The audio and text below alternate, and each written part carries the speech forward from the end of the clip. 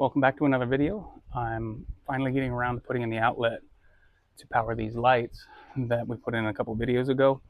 That way I can get rid of this extension cord that's running down this patio. So I'm gonna bring you in close, give you a kind of a inside view of what my mindset is, what I'm thinking, and how I'm laying this out. So let's just get to it.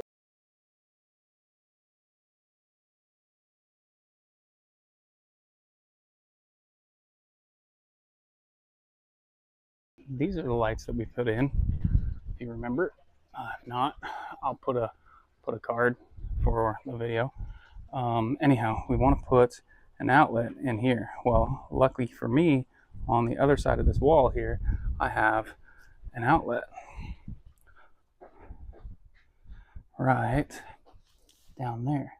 So what I'm going to do is I'm going to measure, where's my finger? I'm going to measure from here to the outlet, transfer that measurement outside, and then I'm going to take that cover off over here and see which side of the outlet, if it's this side or this side, that has the stud, and then I can decide where to put the cut in on the outside. Let's go from this door to here, which puts us at, let's go to this side of the frame, which is roughly 11 inches, and then we'll go from here to the outlet, which is as I'm looking at it, the left side of the outlet is another 28, so that puts us at 39.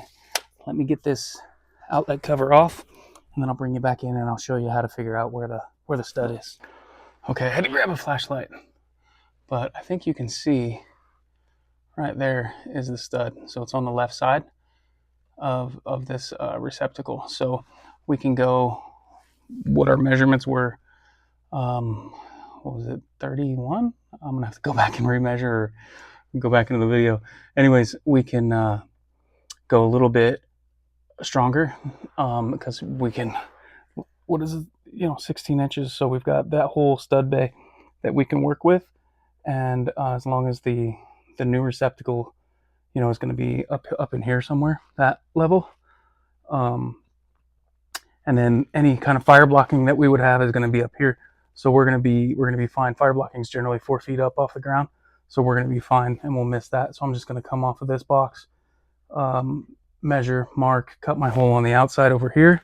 And then we'll just fish a wire from this one up to that one and then tie everything in. But first we need to get the power off. So let me go grab my tester and I'll bring you back and show you how we're doing that. Okay, for starters, you can see we have power. And then if I plug this in, this is going to send a signal to this guy so that I can tell if it's hot or not. But I'll go show you what it does at the breaker. Okay, so the previous owner didn't do me any favors because everything is just named plugs. But that one there is our breaker. See how it doesn't do it up here? But there it does. So I'm gonna pop this one and then we'll go back in and verify that it's off. You can see the light's off. Turn this guy back on. You can see we don't have any power anymore. Nothing. So we're safe to touch it. And then what we gotta do, we'll take this outlet out and then we'll mark it outside. I'll bring you back out when we're there. I went back to verify the measurements. It was 11 from here to the start of the bookcase and then another 28. So we're gonna go 30, 39. Let me get the pencils. 39 from here. It's gonna be the edge of that stud. So somewhere right around in here is where that stud is. And then from that over 16 is our next stud. So anywhere in here we're going to be good. Now I want to, this is the unit that came with the bar. It's going to live right there. I want this to plug in. So I'm going to cheat it because where's my mark? Right here is the start of that stud. I want to cheat it over this way a little bit, but I don't want to get too close to this one. So I'm going to put it, somewhere in here, somewhere in this area. So I'll give myself a little spare. So somewhere in there. And then our port will still fit. I'll go up inside and go from there. So I'm just going to go, 24 from the cement here. And I'm going to make that my top. I got another outlet over there, the other end of the patio where this extension cord's plugged into. That is right in that same height. So I want them to somewhat match visually. So I'm just going to put this in here and stick a level on it. Make sure we're lined up, and then just trace it out. And then I just moved it.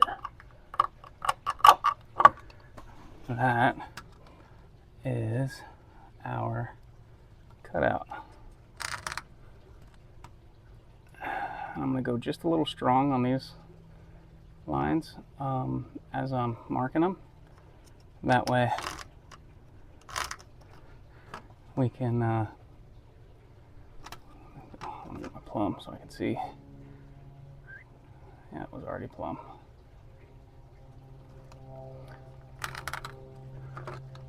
And that'll be our cutout for our cut-in box.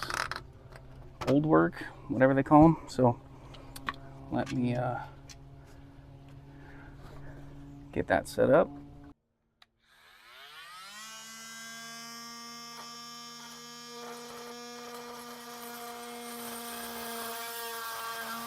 Well, unfortunately, at this point, the blade that I had for the reciprocating saw totally ran out.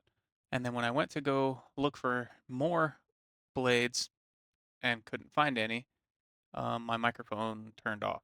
And unfortunately, from this point out, there's no audio. So I'm gonna have to do a voiceover for the rest of this. So my apologies. I will try to do better next time. So at this point, we just had to go a little old school, and you just drill a bunch of holes on the outline.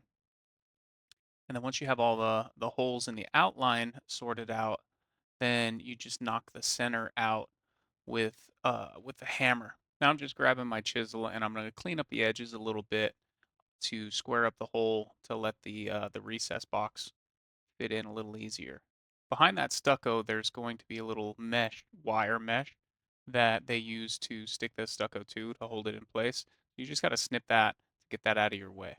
Now I'm taking my chisel, it has a bit of a rasp on it, so I can just kind of clean up the edges just to make everything fit real nice and snug and just square things up a little bit. Then just a quick test fit of the box, make sure I'm happy with everything and everything fits nice, and then we can move on to the next step.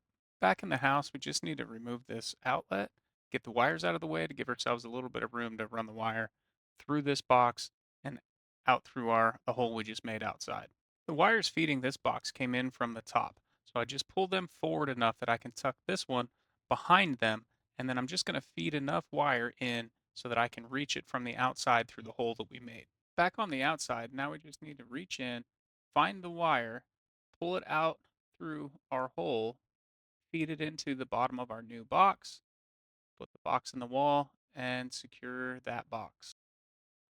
Because this is an exterior outlet, the outlet itself needs to be a GFCI outlet.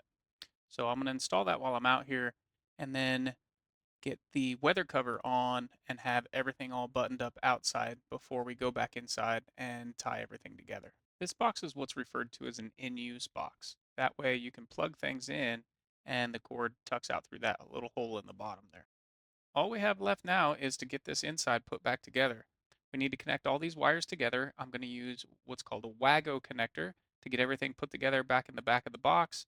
I'll have one set of pigtails that come out to connect this outlet, and then we'll get this outlet put back into the wall. Then we can get to testing and making sure everything works like it's supposed to. One of the hardest things to do is get all of these wires tucked back into the back of the box and still have enough room for the outlet to fit. So that's what I'm doing here. I'm getting everything kind of cleaned up. I usually do the grounds first, then the neutrals, and then the hots.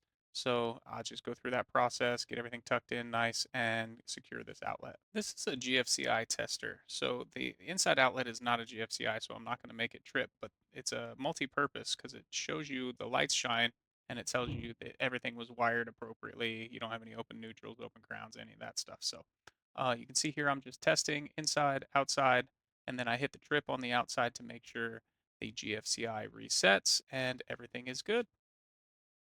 This outdoor bar came with a little surge protector that has a couple of outlets and a few USBs.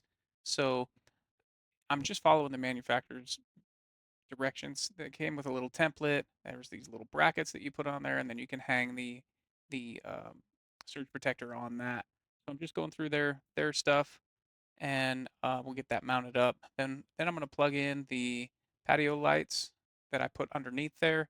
I have just a little remote switch that I can use to turn the lights on and off with.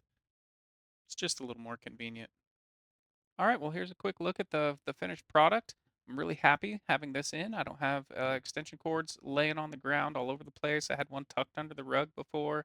I ended up moving that remote switch up to the top. I could tuck it under the eave and kind of hide it there. That cleans this bottom area up even more. So, um, for an afternoon, quick outlet installed, cleans everything up. Super happy with it. Now it's on to the next project. So I think that's going to be some lighting over there on the barbecue side. I'd really like to have a little more lighting over there when I'm grilling at night. So I think that'll be the next video. I hope to see you over there when it's up. Until next time, I'll see you then. In the meantime, I will put a couple cards up here for some videos that you might like. But otherwise, thanks for stopping by.